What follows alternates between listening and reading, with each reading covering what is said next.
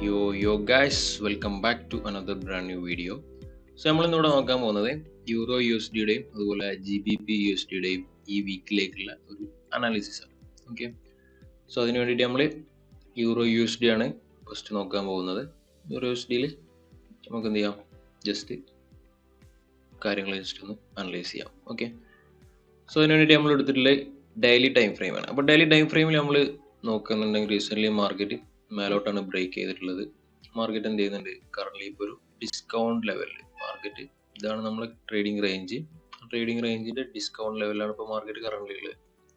Okay, so അതിന് മുന്നായിട്ട് നമ്മൾ ജസ്റ്റ് നോക്കേണ്ട ഒരു കാര്യം, ഇവിടെ നമുക്ക് പ്രീവിയസ്ലി ഉണ്ടായിരുന്ന ഒരു സ്ട്രക്ചർ ബ്രേക്കിന്റെ ടെസ്റ്റ് ചെയ്യാത്ത ഒരു ഓർഡർ ബ്ലോക്ക് ലെവൽ നമുക്കിവിടെ താഴെ ഉണ്ട്.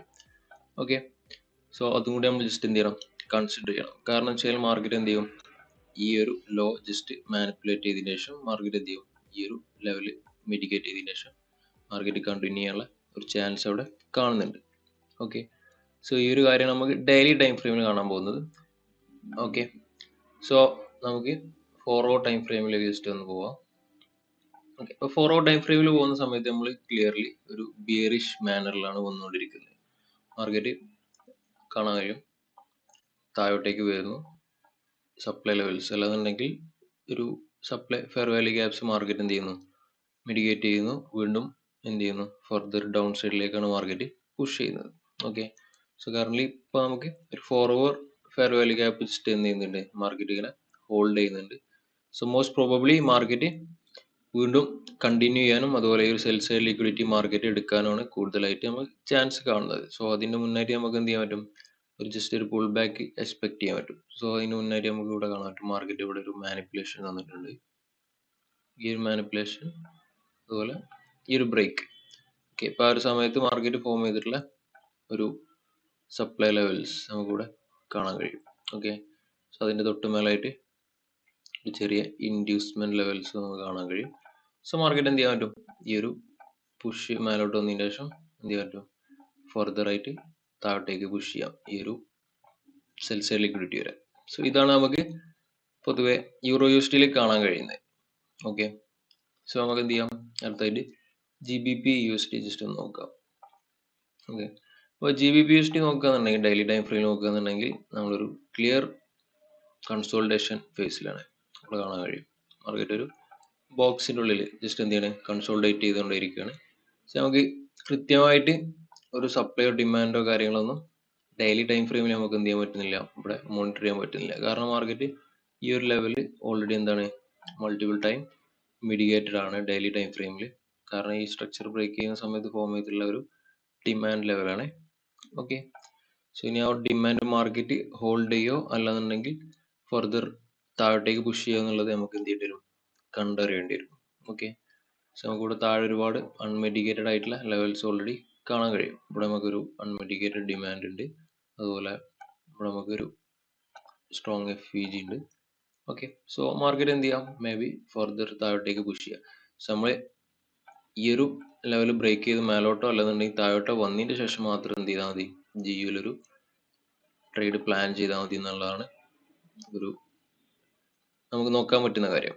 ഓക്കെ, സോ നമുക്ക് ഇനി എന്ത് ചെയ്യാം, 4 ടൈം ഫ്രെയിം ജസ്റ്റ് നോക്കാം.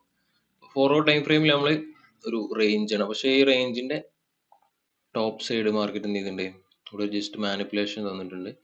സോ ഈ ഒരു ഏരിയ മാർക്കറ്റ് എന്ത് ചെയ്യുന്നുണ്ട്, ഇവിടെ ടെസ്റ്റ് ചെയ്യാത്ത ഒരു ഓർഡർ ബ്ലോക്ക് നമുക്ക് കാണാൻ കഴിയും. ഓക്കെ, ഈ ലാസ്റ്റ് ക്യാൻഡിൽ ഇതിന് ശേഷം മാർക്കറ്റ് എന്ത് ചെയ്ത് താഴോട്ടേക്ക് പുഷ് ചെയ്തത്.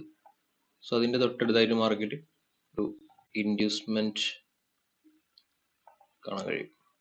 ഓക്കെ, സോ ഈ ഒരു ഇൻഡ്യൂസ്മെന്റ് ഉണ്ടായതുകൊണ്ട് തന്നെ നമുക്ക് എന്ത് ചെയ്യാം, ഈ ഒരു സപ്ലൈന്ന് നമുക്കൊരു റിവേഴ്സൽ ഇവിടെ നമുക്ക് എന്ത് ചെയ്യാൻ പറ്റും, എക്സ്പെക്ട് ചെയ്യാൻ പറ്റും. ഓക്കെ, സോ നമുക്ക് GBP USD എന്ത് ചെയ്യാൻ പറ്റും, ഈ ഒരു ലെവലിൽ മാർക്കറ്റ് വന്നതിന് ശേഷം ഇവിടുന്ന് കൺഫർമേഷൻ കിട്ടി കഴിഞ്ഞാൽ നമുക്ക് എന്ത് ചെയ്യാൻ പറ്റും, ലോവർ സൈഡിലേക്ക് ഇവിടെ നമുക്ക് ഈ ഒരു അൺമിറ്റിഗേറ്റഡ് ആയിട്ടുള്ള ഒരു 4 hour ഡിമാൻഡ്, അതുപോലെ നമ്മൾ ഫർദർ ഡൗൺ സൈഡിലേക്ക് നോക്കുകയാണെന്നുണ്ടെങ്കിൽ ഈ ഒരു FVG.